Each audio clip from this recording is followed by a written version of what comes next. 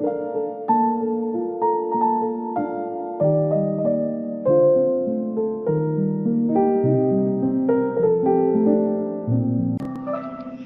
نے اتنی تفاسیر دیکھی ہیں، قرآن پاک کے اتنے ترجمے دیکھے ہیں، حیرانی کی بات ہے وسیم، کہیں بھی ہمارے نبی کا ذکر نہیں ہے۔ ہر تفسیر میں احمد سے مراد محمد صلی اللہ علیہ وآلہ وسلم کو ہی لیا جاتا ہے، ہمارے نبی کو نہیں۔ اور اگر کہیں ہمارے نبی کا ذکر ہے بھی تو نبوت کے ایک جھوٹے دعوے دار کے طور پر۔ امامہ نے الجھے ہوئے انداز میں کہا، یہ لوگ ہمارے بارے میں ایسی باتیں نہیں کریں گے تو اور کون کرے گا؟ ہمارے نبی کی نبوت کو مان لیں گے تو ہمارا اور ان کا تو اختلاف ہی ختم ہو جائے گا۔ یہ کبھی بھی اپنی تفاسیر میں سچ نہیں شائع کریں گے۔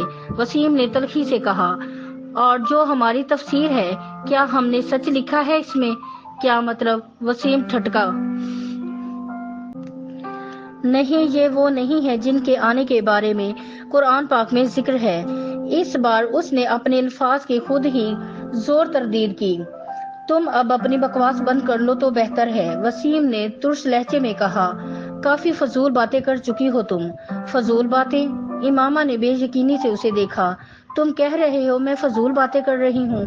مسجد اقصیٰ اگر ہمارے شہر میں ہے تو پھر جو اتنے سینکڑوں سالوں سے فلسطین میں مسجد اقصیٰ ہے وہ کیا ہے؟ ایک نام کی دو مقدس جگہیں دنیا میں بنا کر خدا تو مسلمانوں کو کنفیوز نہیں کر سکتا۔ مسلمانوں کو چھوڑو، یہودی، عیسائی، ساری دنیا اسی مسجد کو قبلہ اول تسلیم کرتی ہے۔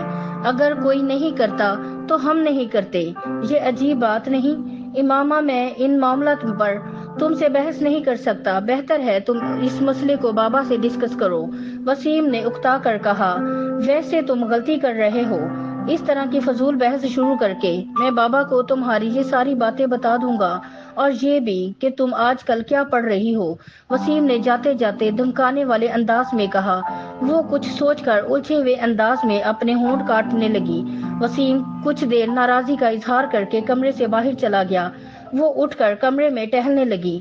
وہ ہاشم و بین سے ڈرتی تھی اور جانتی تھی کہ وسیم ان سے اس بات کا ذکر ضرور کرے گا۔ وہ ان کے رد عمل سے خوفزدہ تھی۔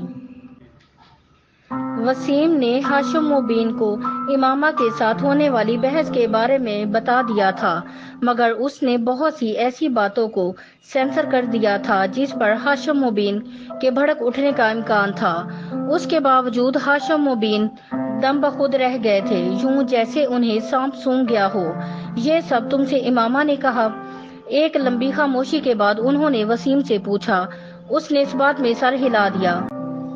اسے بلا کر لاؤ۔ وسیم کچھ جھجکتے ہوئے ان کے کمرے سے نکل گیا۔ امامہ کو خود بلا کر لانے کی بجائے اس نے ملازم کے ہاتھ پیغام بھجوا دیا اور خود اپنے کمرے میں چلا گیا۔ وہ امامہ اور ہاشم و بین کی گفتگو کے دوران موجود رہنا نہیں چاہتا تھا۔ ہاشم و بین کے کمرے کے دروازے پر دستک دے کر وہ اندر داخل ہوئی تو اس وقت ہاشم اور ان کی بیگم بالکل خاموش بیٹھے ہوئے تھے۔ ہاشم و بین نے اسے جن نظروں سے دیکھا تھا اس سے اس کے جسم کی لرزش میں کچھ اور اضافہ کر دیا۔ بابا، آپ نے مجھے بلوایا تھا؟ کوشش کے باوجود وہ روانی سے بات نہیں کر سکی۔ ہاں، میں نے بلوایا تھا۔ وسیم سے کیا بکواس کی ہے تم نے؟ ہاشم و بین نے بلا تمہید بلند آواز میں اس سے پوچھا۔ وہ اپنے ہونٹوں پر زبان پھیر کر رہ گئی۔ کیا پوچھ رہا ہوں تم سے؟ وہ ایک بار پھر دھاڑے۔ شرم سے ڈوب مرنا چاہیے تمہیں۔ خود گناہ کرتی ہو اور اپنے ساتھ ہمیں بھی گناہ گار بناتی ہو۔ امامہ کی آنکھوں میں آنسو آ گئے۔ تمہیں اپنی اولاد کہتے ہوئے مجھے شرم آ رہی ہے۔ کون سی کتابیں لائی ہو تم؟ وہ مشتعل ہو گئے تھے۔ جہاں سے کہ یہ کتابیں لے کر آئی ہو کل تک وہیں دے آؤ، ورنہ میں انہیں اٹھا کر پھینک دوں گا باہر۔ جی بابا، اس نے اپنے آنسو پونچھتے ہوئے صرف اتنا ہی کہا۔ اور آج کے بعد اگر تم نے جویریہ کے ساتھ میل جوڑ رکھا تو میں تمہارا کالج جانا ہی بند کر دوں گا۔ بابا، جویریہ نے مجھ سے کچھ نہیں کہا، اس کو تو کچھ پتا ہی نہیں ہے۔ اس بار امامہ نے قدرے مضبوط آواز میں احتجاج کیا۔ تو پھر اور کون ہے جو تمہارے دماغ میں یہ خناس بھر رہا ہے؟ وہ بری طرح چلائے۔ میں خود ہی۔ امامہ نے کچھ کہنے کی کوشش کی۔ ہو کیا تم؟ اپنی عمر دیکھو اور چلی ہو تم عقیدے جانچنے، اپنے نبی کی نبوت کو پرکھنے۔ ہاشم و بین کا پارا پھر ہائی ہو گیا۔ اپنے باپ کی شکل دیکھو جس نے ساری عمر تبلیغ میں گزار دی۔ کیا میں عقل کا اندھا ہوں یا پھر تم مجھ سے زیادہ عقل رکھتی ہو؟ جمعہ 4 دن ہوئے ہیں تمہیں پیدا ہوئے اور تم چل پڑی ہو اپنے نبی کی نبوت کو ثابت کرنے۔ ہاشم مبین اب اٹھ کر کھڑے ہو گئے۔ تم منہ میں سونے کا چمچ لے کر اسی نبی کی وجہ سے پیدا ہوئی ہو جس کی نبوت کو آج تم جانچنے بیٹھ گئی ہو۔ وہ نہ ہوتا تو سڑک پر دھکے کھا رہا ہوتا ہمارا سارا خاندان، اور تم اس قدر احسان فراموش اور بے ضمیر ہو چکی ہو کہ جس تھالی میں کھاتی ہو اسی میں چھید کر رہی ہو۔ ہاشم مبین کی آواز پھٹ رہی تھی۔ امامہ کی آنکھوں سے بہنے والے آنسوؤں کی رفتار میں اضافہ ہو گیا۔ بند کرو یہ لکھنا پڑھنا اور گھر بیٹھو۔ تم یہ تعلیم حاصل کر رہی ہو جو تمہیں گمراہی کی طرف لے جا رہی ہے۔ ان کے اگلے جملے پر امامہ کی سیٹی گم ہو گئی۔ اس کے وہم و گمان میں بھی نہیں تھا کہ وہ اسے گھر بٹھانے کی بات کریں گے۔ بابا آئی ایم سوری، ان کے ایک جملے نے اسے گھٹنے ٹیکنے پر مجبور کر دیا تھا۔ مجھے تمہارے کسی ایکسکیوز کی ضرورت نہیں ہے، بس کہہ دیا ہے کہ گھر بیٹھو تو گھر بیٹھو۔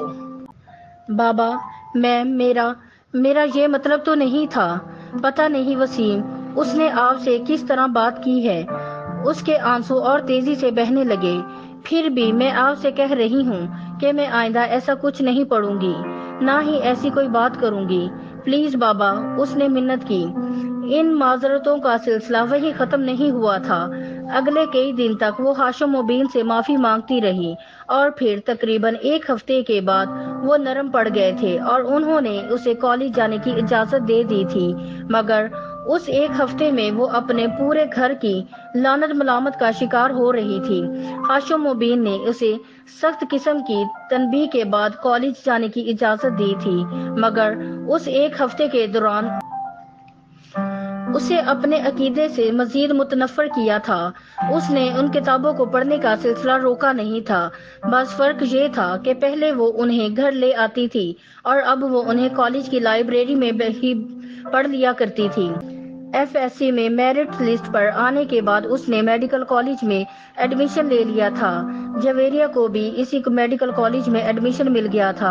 ان کی دوستی میں اب پہلے سے زیادہ مضبوطی آ گئی تھی اور اس کی بنیادی وجہ امامہ کے ذہن میں آنے والی تبدیلی تھی۔